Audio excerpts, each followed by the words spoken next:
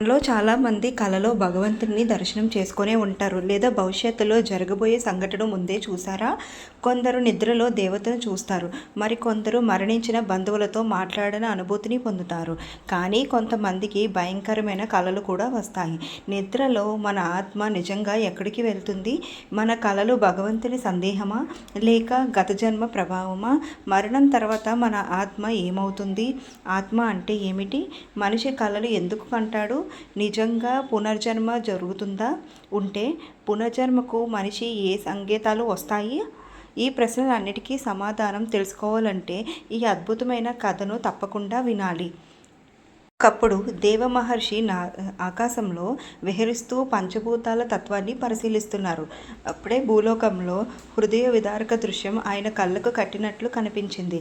కొందరు మనుషులు ఒక మరణించిన వ్యక్తి శవం దగ్గర మౌనంగా కన్నీరు పెట్టుకుంటున్నారు. కొందరు హృదయపు బాధతో గట్టిగా విలపిస్తున్నారు, మరణించిన వారి ఆత్మ తిరిగి రావాలని, వారి ప్రియమైన వ్యక్తి మళ్ళీ ఈ లోకంలోకి రావాలని భగవంతుణ్ణి వేడుకుంటున్నారు. ఈ దృశ్యం చూసిన నారద మహర్షి హృదయం దిగులుగా మారిపోయింది. అంతా వాస్తవంగా ఇదేనా? మరణం తర్వాత జీవుల గతి ఏమిటి? అనేక సందేహాలు ఆయన మనసులో ఉప్పొంగాయి. ఈ ప్రశ్నలకు సమాధానం తెలుసుకోవడానికి ఉత్సాహంతో నారదుడు యమపురికి బయలుదేరి వెళ్ళిపోయాడు. యమపురి చేరుకున్న నారద మహర్షి యమధర్మరాజుని భక్తిపూర్వకంగా నమస్కరించి అతను అనుగ్రహం పొందారు. యమధర్మరాజు చిరునవ్వుతో నారదుని చూస్తూ, హే నారద మహర్షి, నా యమపురికి స్వాగతం.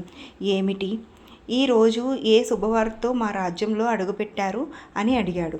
అప్పుడు నారద మహర్షి సమాధానం ఇస్తూ, ఓ కాలభైరవ, ఓ మృత్యుంజయ, నేను మీ వద్ద శుభవార్తతో రాలేదు.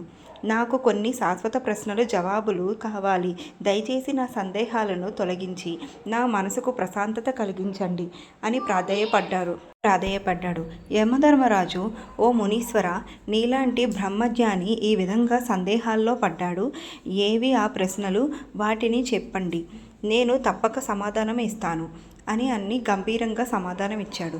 నారదుడు ప్రశ్నిస్తూ, ఓ సూర్యనందన, మనిషి పుట్టడం, మరణించడం, తిని పునర్జన్మ పొందడం, ఈ చక్రం గురించి ఎందుకు? పునర్జన్మ పొందిన వ్యక్తికి అతను గత జన్మలో చేసిన పాపాల ఫలితాలు ఎలా లభిస్తాయి? ఒక మనిషి తన గత జన్మ గురించి ఎలా తెలుసుకోవచ్చు? ఆత్మ అంటే ఏమిటి? ఎందుకు మనిషి కలలు చూస్తాడు? ఇలా నారద మహర్షి తన సందేహాలను యమధర్మరాజుకు ఎదుట ఉంచారు. యమధర్మరాజు చిరునవ్వుతో, నారద మహర్షి, మీరు అడిగిన ప్రశ్నలు నిజంగానే గొప్పవి. మీరు అనుకున్నది నిజమే. ఆత్మ, పునర్జన్మను అతి సూక్ష్మమైన రహస్యాలతో కూడుకున్నవే. కానీ మనిషి తన గత జన్మ గురించి తెలుసుకునే మార్గాలు ఉన్నాయి. తన శరీరంపై కొన్ని ప్రత్యేక గుర్తులు, తనకు వచ్చే కలలు, తన ఆలోచన విధానము, ఇది అతని గత జన్మను సూచించగలవు. ఈ విషయాలను అర్థం చేసుకునే ముందు నేను మీకు ఒక పురాతనమైన కథను చెబుతాను. ఆ కథ పూర్తిగా విన్న తర్వాత మీ మొదటి ప్రశ్నకు సమాధానం లభిస్తుంది. ఆ తర్వాత రెండో ప్రశ్న గురించి మాట్లాడుతాను. నారద మహర్షి ఆనందంతో, ఓ ధర్మరాజా, నీవు చెప్పే ఈ కథను నా భాగ్యము. మీ మాటలు వినడమే జన్మజన్మలకు కలిగిన పాపాలను తొలగిపోతుందని. కాబట్టి మీ శరీరం దండంతో పాలించిన రాజా, దయచేసి ఈ కథను చెప్పండి, నేను శ్రద్ధగా వింటాను.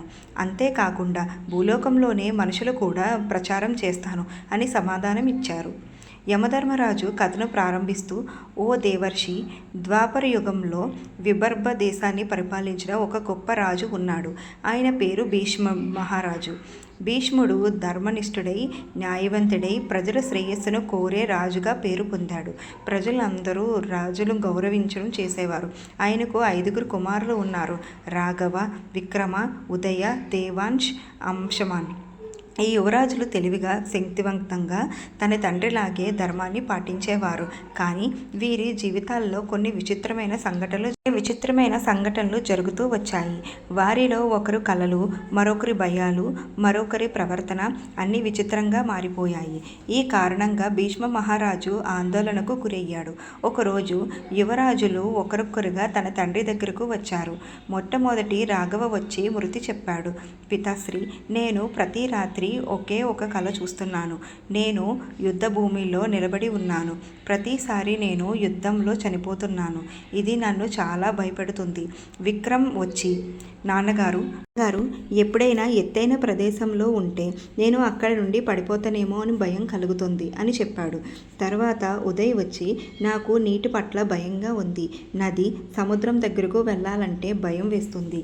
ఆ తర్వాత దేవాంశి వచ్చి నాకు అగ్ని అంటే భయం, ఎందుకో తెలియదు కానీ అది నన్ను కాల్చేస్తుందని అనిపిస్తుంది. చివరిగా అంశుమాన్ వచ్చి నాకు కొత్త ప్రదేశాల్లో చూసినప్పుడు ముందే నేను అక్కడికి వచ్చినట్లు అనిపిస్తుంది. ఇదంతా చూసి భీష్మ మహారాజు మరింత దిగులుగా మారిపోయాడు.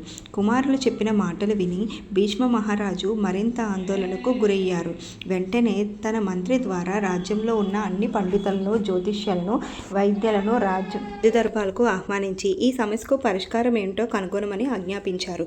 అయితే ఎంతో పరిశోధన చేసినా వారు ఎవరైనా సరైన సమాధానం చెప్పలేకపోయారు. ఈ అనిశ్చితి భీష్ముని మరింత కలవరపెట్టింది. ఒకరోజు మహారాజు తన దర్బార్లో ఆలోచి మైదానంలో మునిగిపోయి కూర్చొని ఉన్నప్పుడు నగరంకి మహర్షి మాండవి విచ్చేశారు. మహర్షి మహానుభావుడని తెలిసిన వెంటనే భీష్మ మహారాజు ఆయన ఆదరణలతో మహల్కు ఆహ్వానించారు. గౌరవంగా ఆతిథ్యం ఇచ్చారు. మహర్షి మాండవరాజు చూపిన గౌరవాన్ని సంతోషించి భీష్మ మహారాజు ముక్కల్లో అలుముకున్న ఆందోళన గమనిస్తూ, ఏం జరిగింది రాజన్?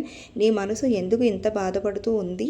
నీవు ఆలోచనలో పూర్తిగా మునిగిపోయినట్లు కనిపిస్తున్నారు. దయచేసి మీ ఆవేదనను చెప్పండి అని ప్రశ్నించాడు. మహర్షి మండవ ప్రశ్నలు విన్న భీష్మ మహారాజు తమ కుమారులు అనుభవిస్తున్న విచిత్ర అనుభవాలను ఒక్కొక్కటిగా వివరించారు. ఏవైనా భూతకాల సంఘటనలు ప్రభావమేనా లేక ఏదైనా దుష్టశక్తి ప్రభావమా అని అడిగారు. రాజు చెప్పిన మాటలను శ్రద్ధగా విన్న మహర్షి మాండవ తన కన్నులు మూసుకొని ధ్యాన స్థితిలోకి వెళ్ళిపోయారు. కొద్ది నిమిషాల తర్వాత ఆయన కళ్ళు తెరిచి భీష్మ మహారాజును చూస్తూ, రాజన్, నీకు కుమారులు అనుభవిస్తున్న సంఘటనలు వారికి ఇచ్చిన భయంకర అనుభవాలు. ఇది వారి పూర్వజన్మల ప్రతిఫలాలే. ప్రతి మనిషి తన పూర్వజన్మల కర్మఫలాలను అనుభవించాల్సిందే. నీ కుమారులు గత జన్మ రహస్యాలను నీకు చెబుతాను అని అన్నారు. మహర్షి మాండవ ముని రాఘవ వైపు తిరిగి, ఓ కుమారా, నీవు గత జన్మలో ఓ మహావీరుడు, ఒక అసాధ్యమైన యోధుడివైన వాడివి. నీవు అవంతిపుర రాజ్యానికి రాజకుమారుడివి. నీ వీరత్వం రాజ్యం మొత్తం పేరు పొందింది. కానీ ఓ కపట రాజు నిన్ను మీద కుట్ర పని మోసపూరితంగా నిన్ను చంపించాడు. ఈ కారణంగా నీవు ప్రతి రాత్రి కలలో యుద్ధభూమిలో మరణిస్తున్నట్లు అనుభవిస్తున్నావు అని చెప్పాడు. రాఘవ భయంతో చేతులు జోడించి, మునీశ్వర, నేను ఈ భయంకరమైన కళల నుండి ఎలా బయటపడగలను అని అడిగాడు. మహర్షి మాండవ చిరునవ్వుతో, రాజకుమార, నీలో ఉన్న అసలైన సూర్యాన్ని మళ్ళీ సజీవం చెయ్యాలి. ఓ మహాయుద్ధాన్ని నిర్వహించి అందులో నీ శక్తిని పూర్తిగా ప్రదర్శించాలి. అలా చెయ్యగానే నీ ఆత్మకు శాంతి కలుగుతుంది. నీలో ఉన్న పూర్వజన్మ సుఖాన్ని పోగొట్టే మార్గాన్ని పోగొట్టే మాదాన్ని అని చెప్పారు. ఆ తర్వాత విక్రమ్ వైపు తిరిగి, ఓ కుమార, నీవు గత జన్మలో ఒక గొప్ప వేటగాడివి, వైనవాడివి. ఓ రోజు వేటకు వెళ్ళినప్పుడు గుండెల్లో ధైర్యం ఉన్నా కూడా నీవు కాలు జారి ఒక పెద్ద కొండ నుండి పడిపోయావు. అదే నీ మరణానికి కారణమయ్యింది. ఇప్పటికీ నీ ఆత్మలో ఆ భయం మిగిలిపోయింది. అందుకే ఎత్తైన ప్రదేశాల నుండి పడిపోతున్నట్లు అనిపిస్తుంది అని వివరించారు. విక్రమ్ గంభీరంగా, మహర్షి, ఈ భయాన్ని పోగొట్టుకోవడానికి నేను ఏం చెయ్యాలి అని అడిగాడు. మా రాజకుమారుడ, ఎత్తైన కొండపై ఉపవాస దీక్ష చేస్తూ తపస్సు చెయ్యాలి. అక్కడి పవిత్ర నీళ్లలో భయాన్ని హరించి గత జన్మకు బంధనాలను తొలగిస్తుంది అని మహర్షి మాండవ చెప్పారు. ఆ తర్వాత మహర్షి మాండవ ఉదయ్ వైపు చూస్తూ, ఓ కుమార, నీ గత జన్మలో గొప్ప నావికుడివి. ఒకరోజు నీ నావలో ప్రయాణిస్తూ ఉండగా ఒక్కసారిగా పెను తుఫాను వచ్చి నిన్ను మింగివేసింది. నీ నావ మునిగిపోగా నీ ప్రాణాలను కోల్పోయావు. అందుకే నీకు ఎప్పటికీ నీలిపాల అపారమైన భయం ఉంటుంది అని వివరించారు. ఉదయ భయంగా, ఓ మహర్షి, నేను ఈ భయం నుండి ఎలా బయటపడగలను అని అడిగాడు. మహర్షి మాండవ చిరునవ్వుతో, కుమార, నీవు పౌర్ణమి రోజు పవిత్ర గంగా నదిలో స్నానం చేయాలి. గంగామాత నీ గత జన్మ భయాలను తొలగించి నీ ఆత్మకు శాంతి కలిగిస్తుంది అని చెప్పారు.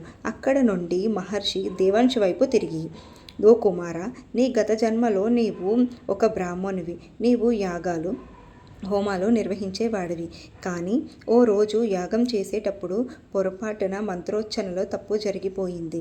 ఆ పొరపాటు వల్ల యాగాగ్ని భీకర రూపం దాల్చి నిన్ను కాల్చివేసింది. అందుకే నీవు ఈ జన్మలో అగ్నిని చూడగానే భయపడిపోతున్నావు అని వివరించారు.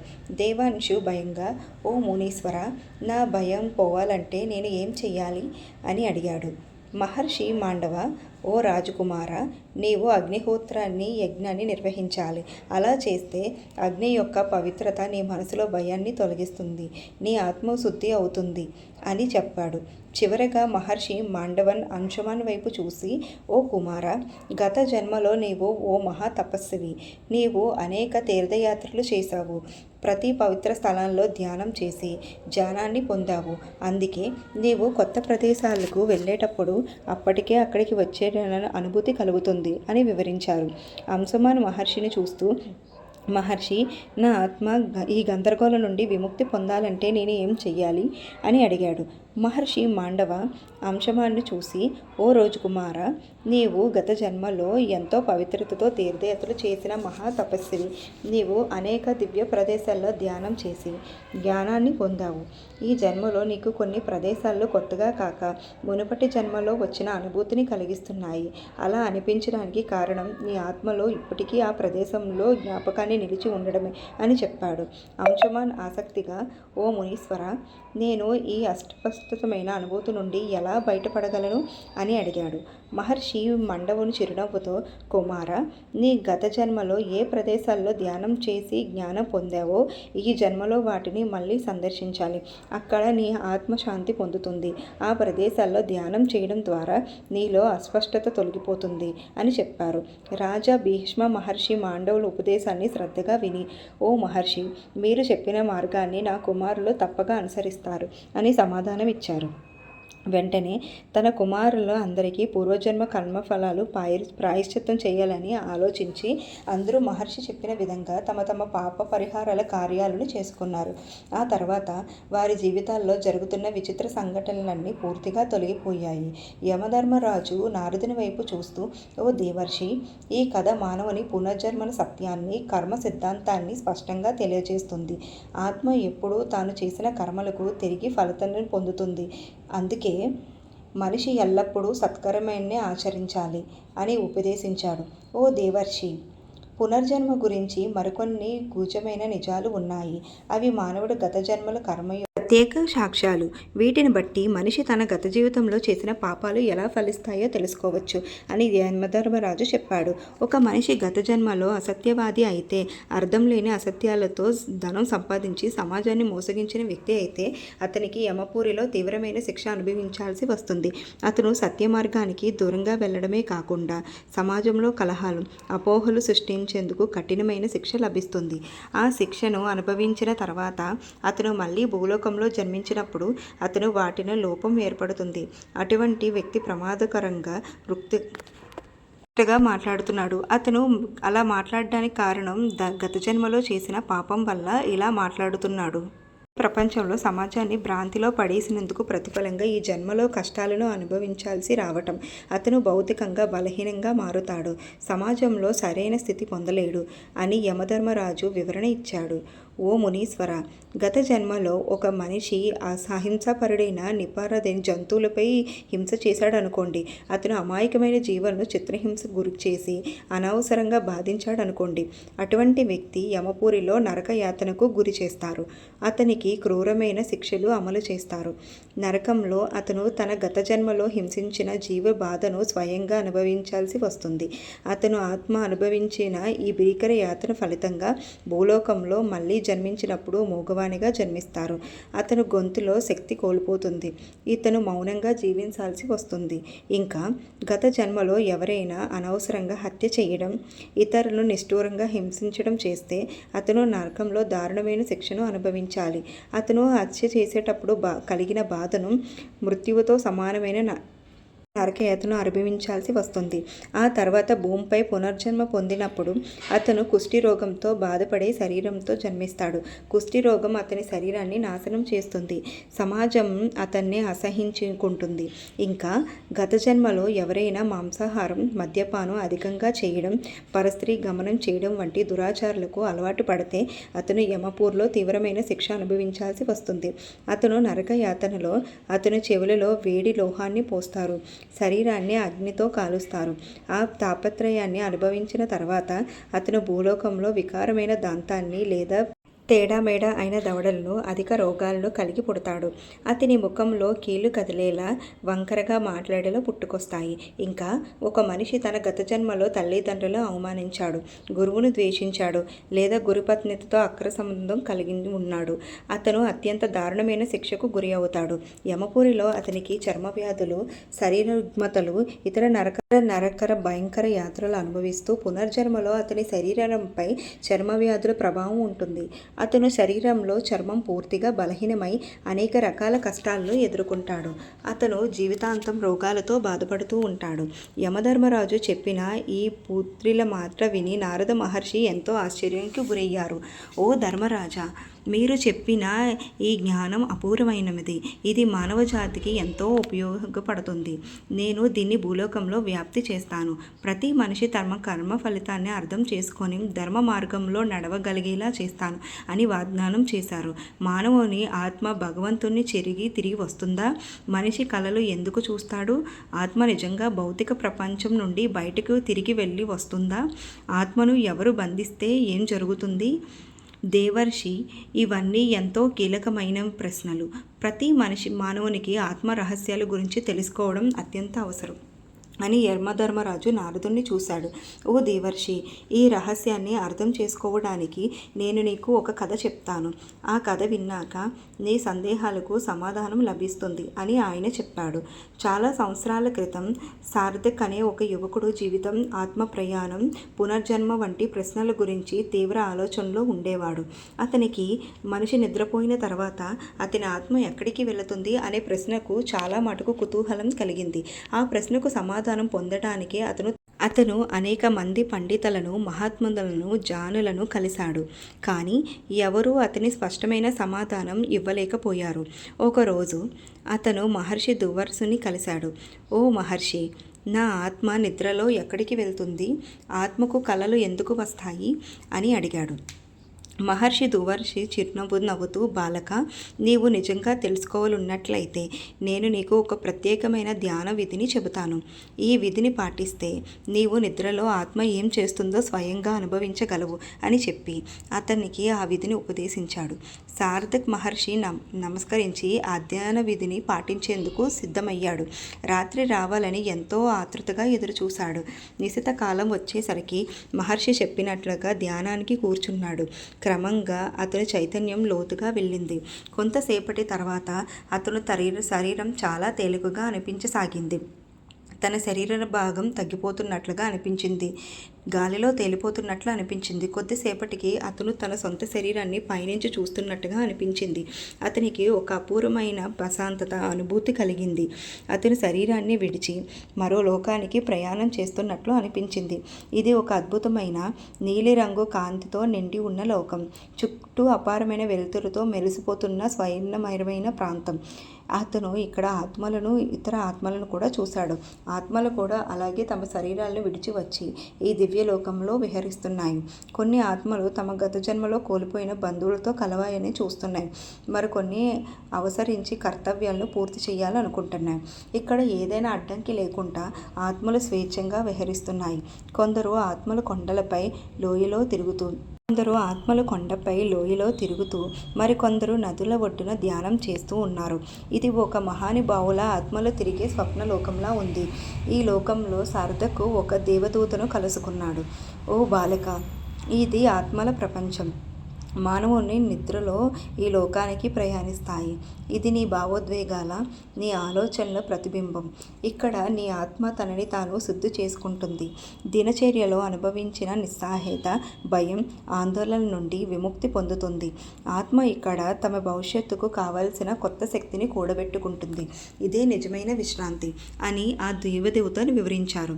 సార్థక్ తన కలలు ఎందుకు వస్తాయో అర్థం చేసుకున్నాడు. ప్రతి కలకు ఒక అర్థం, ఒక సంకేతం ఉంది. ఆ కళ గత జన్మల గుర్తులను, భవిష్యత్తు ప్రణాళికలను, మన లోపలున్న భావోద్వేగాలను సూచిస్తాయి. మనిషి ఆత్మ నిజంగా ఒక గుజమైన ప్రయాణాలు చేస్తాయి. ఉదయం అతను మళ్ళీ తన శరీరంలోకి తిరిగి వచ్చాడు. కానీ ఇప్పుడు అతనికి నిజమైన సమాధానం దొరికింది. నిద్ర అనేది కేవలం శరీర విశ్రాంతి మాత్రమే కాదు, ఇది ఆత్మకు మరో ప్రయాణం అని అతను గ్రహించాడు. యమధర్మరాజు నారదుణ్ణి చూసి, దేవర్షి, ఈ కథ మానవునికి ఒక గొప్ప ఉపదేశం. భగవంతుడు శ్రీకృష్ణుడు కూడా ఇదే బోధించాడు. ఆత్మ శాశ్వతం, అవి నాశనం. మనసు మారిపోతూ ఉంటుంది, కానీ ఆత్మ ఎప్పటికీ స్థిరంగా ఉంటుంది. కళలు మనసు యొక్క ప్రభావింబాలు మాత్రమే, కానీ ఆత్మ వాటి కంటే చాలా గంభీరమైనది.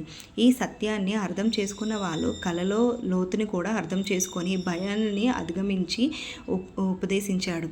ఆ రాత్రి అర్జునుడు ఒక అపూర్వమైన కళను అనుభవించాడు. అతను ఒక అందమైన ప్రశాంతమైన అడవిలో నిలబడి ఉన్నాడు. చుట్టూ పచ్చని చెట్లు, అందమైన పూల సుగంధాలు వ్యాపించి ఉన్నాయి. అప్పుడే ఆ అడవిలో ఒక ప్రశాంతమైన దివ్య కాంతి క్రమంగా అర్జునుడి దిశగా చేరుతూ వచ్చింది. ఆ కాంతి అతని దగ్గరికి రాగానే అతను గమనించాడు, ఆ కాంతిలో స్వయంగా శ్రీకృష్ణుడు ఉన్నాడు. శ్రీకృష్ణుడు అని సమీపానికి వచ్చి, పార్థ, ఇది కేవలం కల కాదు, ఇది నీ ఆత్మ పొందిన దివ్య అనుభవం.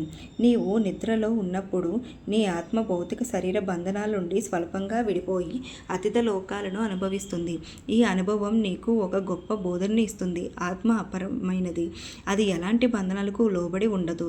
శస్త్రాలు దానికి కొయ్యలేవు, అగ్ని దాన్ని దహించలేవు అని శ్రీకృష్ణుడు తెలిపాడు. అర్జునుడు భక్తిపూర్వకంగా, ఓ కేశవ, ఇది కల కాదు అంటారా? అప్పుడు కలలో అనేవి అసలు ఏమిటి? మన ఆత్మ నిద్రలో ఎక్కడికి వెళ్తుంది అది అని అడిగాడు శ్రీకృష్ణుని. శ్రీకృష్ణుడు మధురైన స్వరంతో, పార్థ, మనిషి నిద్రపోతే అతను ఆత్మ భౌతిక శరీరంతో పూర్తిగా లీలమై ఉండదు, కానీ అది పూర్తిగా శరీరం నుండి బయటికి వెళ్ళడు కూడా. ఇది జాగ్రత్త స్థితి నుండి సూక్ష్మలోకంలో ఒక స్థితి. ఈ సమయంలో మనసులో భావోద్వేగాలు, ఆలోచనలు, గత జన్మకు అనుభవాలు ఇవన్నీ కళల రూపంలో ప్రత్యక్షమవుతాయి. కళలు మనసు యొక్క ప్రతిబింబం మాత్రమే, కానీ ఆత్మ వాటిని కేవలం మనసు యొక్క ప్రతిబింబం మాత్రమే. కామ ఆత్మ వాటిని కేవలం ప్రత్యక్ష సాక్షిగా చూస్తుంది. అవి పూర్తిగా వాస్తవం కాదు అని ఉపదేశించాడు. అర్జునుడు దీన్ని గమనించి, కళలు అనేవి పూర్తిగా నిజం కాదు, అవి మనసులోని ఆలోచనలు, ప్రతిబింబాలు మాత్రమే. కానీ ఆత్మ మాత్రం నిజమైనది, అది ఎప్పటికీ శాశ్వతం అని అర్థం చేసుకున్నాడు. ఈ దివ్య అనుభూతిని అర్జునుడికి మరింత జ్ఞానం ఇచ్చింది. అతనికి భౌతిక ప్రపంచపు బంధనాల నుండి ఆత్మ ఎంత స్వేచ్ఛగా ఉంటుందో తెలిసింది. ఈ అనుభూతంతో అతని ధైర్యం, నిశ్చిత కలిగింది. తాను మహాభారత యుద్ధంలో ధర్మపాలన చెయ్యాలని, శత్రువులపై పోరాడాలని నిర్ణయించుకున్నాడు. ఈ కథ మనకు చెప్పే విషయం ఏమిటంటే, ఓ నిద్రపోయిన తర్వాత ఆత్మ ఓ మహత్తరమైన ప్రయాణం చేస్తుంది. కళలు ఆత్మ ఎప్పుడూ శుద్ధమైనది, అమరమైనది, భౌతిక ప్రపంచానికి అతీతమైనది. శ్రీకృష్ణుడి ద్వారా అర్జునుడు ఈ గొప్ప బోధనను పొందాడు. కళలు అనేవి మన జీవితాన్ని ప్రభావితం చేయవచ్చు, కానీ ఆత్మ యొక్క అసలైన శక్తిని అవి అసలైన పూర్తి స్థాయిలో తెలియజేయవు. యమధర్మరాజు నారదుణ్ణి చూసి, ఓ మునిశ్రేష్ఠ, నేను నీకు మరో కథను చెబుతాను. ఇది కళల యొక్క అంతరార్థాన్ని, ఆత్మ యొక్క రహస్యాన్ని మరింత స్పష్టంగా అర్థం చేసుకునేందుకు సహాయపడుతుంది. ఒక గాఢమైన అడవిలో ఒక మహాత్ముడు తన శిష్యులతో కలిసి తపస్సు చేస్తూ ఉండేవాడు. ఆ మహాత్ముడు అతిపెద్ద జ్ఞాని. అనేక సంవత్సరాల పాటు తపస్సు చేసి గొప్ప అనుభూతి సంపాదించాడు. ఆ మహాత్ముడి దగ్గర ఆ శిష్యుడు అనేక సందేహాలను నివృత్తి చేసుకున్నాడు. ఒకరోజు శిష్యుడు, ఓ గురుదేవ, మనం నిద్రలో ఉండేటప్పుడు మన ఆత్మ ఎక్కడికి వెళుతుంది, కలలు ఎందుకు వస్తాయి అని ప్రశ్నించాడు.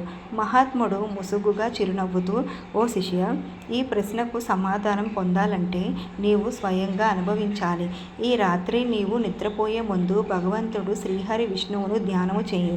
నీవు నిద్రపోయే ముందు ఏ ఆలోచనలైతే నీ మనసులో ఉంటాయో అవే నీ కళ్ళపై ప్రభావం చూపుతాయి అని ఉపదేశించాడు.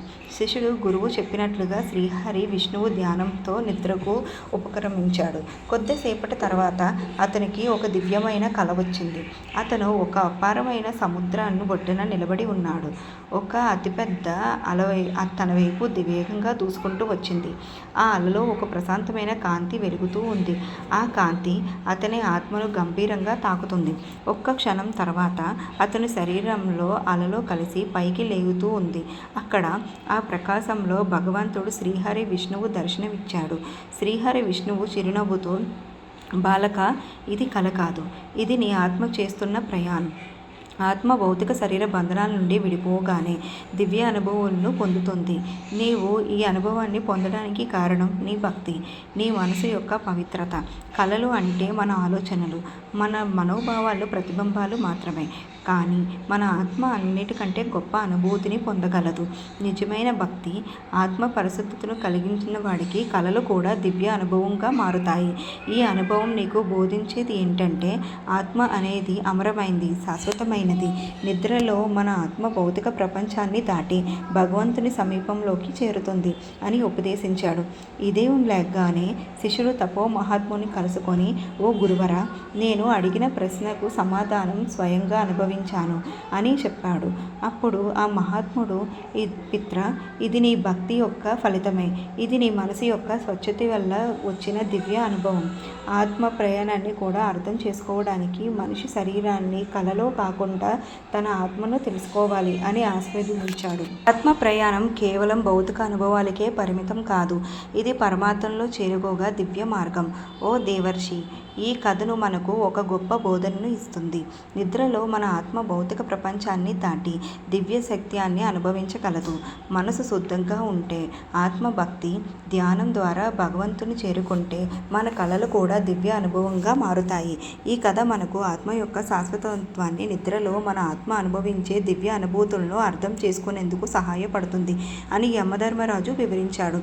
ఓ దేవర్షి, ఒక మనిషి తీవ్రమైన అలసటతో నిద్రపోతే అతన్ని ఆత్మ భౌతిక ప్రపంచాన్ని దాటి మరిన్ని లోతైన స్థితిని చేరుకుంటుంది.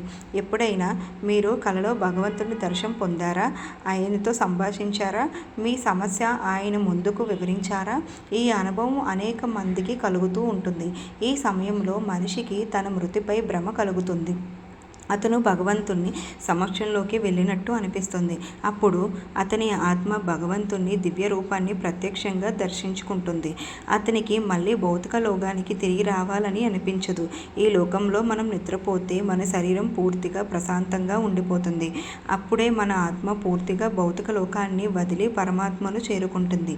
అందుకే కొన్నిసార్లు మనిషిని ఎంత లేపినా మేలుకోడు, ఎందుకంటే ఆ సమయంలో అతని ఆత్మ చాలా దూరం ప్రయాణించి ఉంటుంది. కొంత ఆలస్యంగా మళ్ళీ శరీరంలోకి తిరిగి వస్తుంది అని యమధర్మరాజు వివరించాడు. ఓ భక్తులారా, మీరు కూడా ఒక్కసారి కలలో మీ ఇష్ట దేవుణ్ణి చూసారా? ఆయనతో మాట్లాడారా? మీరు ఆయన ముందు మీ భయాలు, సమస్యలు చెప్పుకున్నారా? ఈ అనుభవం మామూలు విషయం కాదు. ఈ రోజున మీ ఆత్మ భగవంతుని చేరుతుంది.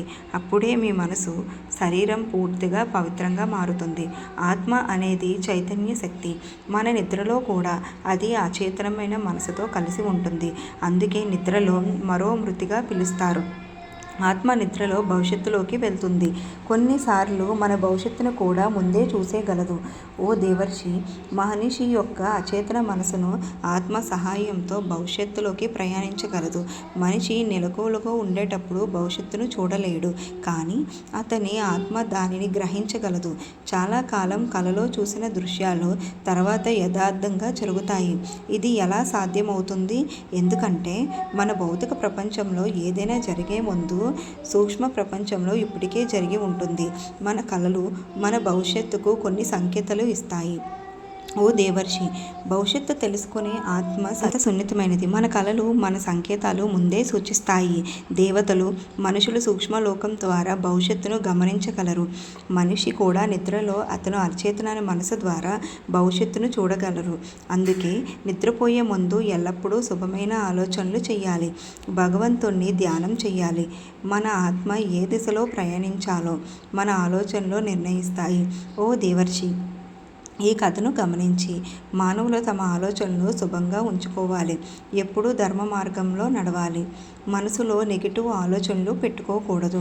ఎందుకంటే మనిషి ఏ భావనలతో నిద్రపోతాడో అవే అతని కలలుగా మారుతాయి. మన ఆత్మలో ఏ లోకంలో విహరించాలో మనం నిర్ణయించగలుగుతాం. కాబట్టి ఎల్లప్పుడూ భగవంతుని ధ్యానం చెయ్యాలి. మంచి ఆలోచనలతో నిద్రపోవాలి. అప్పుడు మన ఆత్మ దివ్య లోకాల్లో ప్రయాణించి పుణ్యాన్ని కూడగడుగుతుంది అని యమధర్మరాజు ఉపదేశించాడు. ఈ గొప్ప జ్ఞానం విని నారద మహర్షి భక్తి భావనతో మునిగిపోయాడు. ఓ ధర్మరాజా, మీరు ఇచ్చిన ఈ దివ్య జ్ఞానం నాకు అమూల్యమైన వరం. ఈ జ్ఞానాన్ని భూలోకంలోని ప్రతి మనిషికి చేరుస్తాను. వారు తమ పూర్వజన్మ పాపపుణ్యాలను అర్థం చేసుకోవాలి. ఆత్మ యొక్క అసలు రహస్యాన్ని తెలుసుకోవాలి. భగవంతుని మార్గంలో నడవాలి. సంసార బంధనాల నుండి విముక్తి పొందాలి అని నారదుడు పేర్కొన్నాడు. దీని తర్వాత నారద మహర్షి యమధర్మరాజును ప్రమాణాలు చేసి దైవలోకానికి వెళ్ళిపోయారు. ఈ కథ మీకు తెలుస్తుంది, కానీ మనకి ఇచ్చిన సందేశం శాశ్వతం. ఓ భక్తులారా, ఈ ఆధ్యాత్మిక యాత్ర మీకు నచ్చిందా? మీకు నచ్చితే జై శ్రీకృష్ణ అని కామెంట్ చేయండి.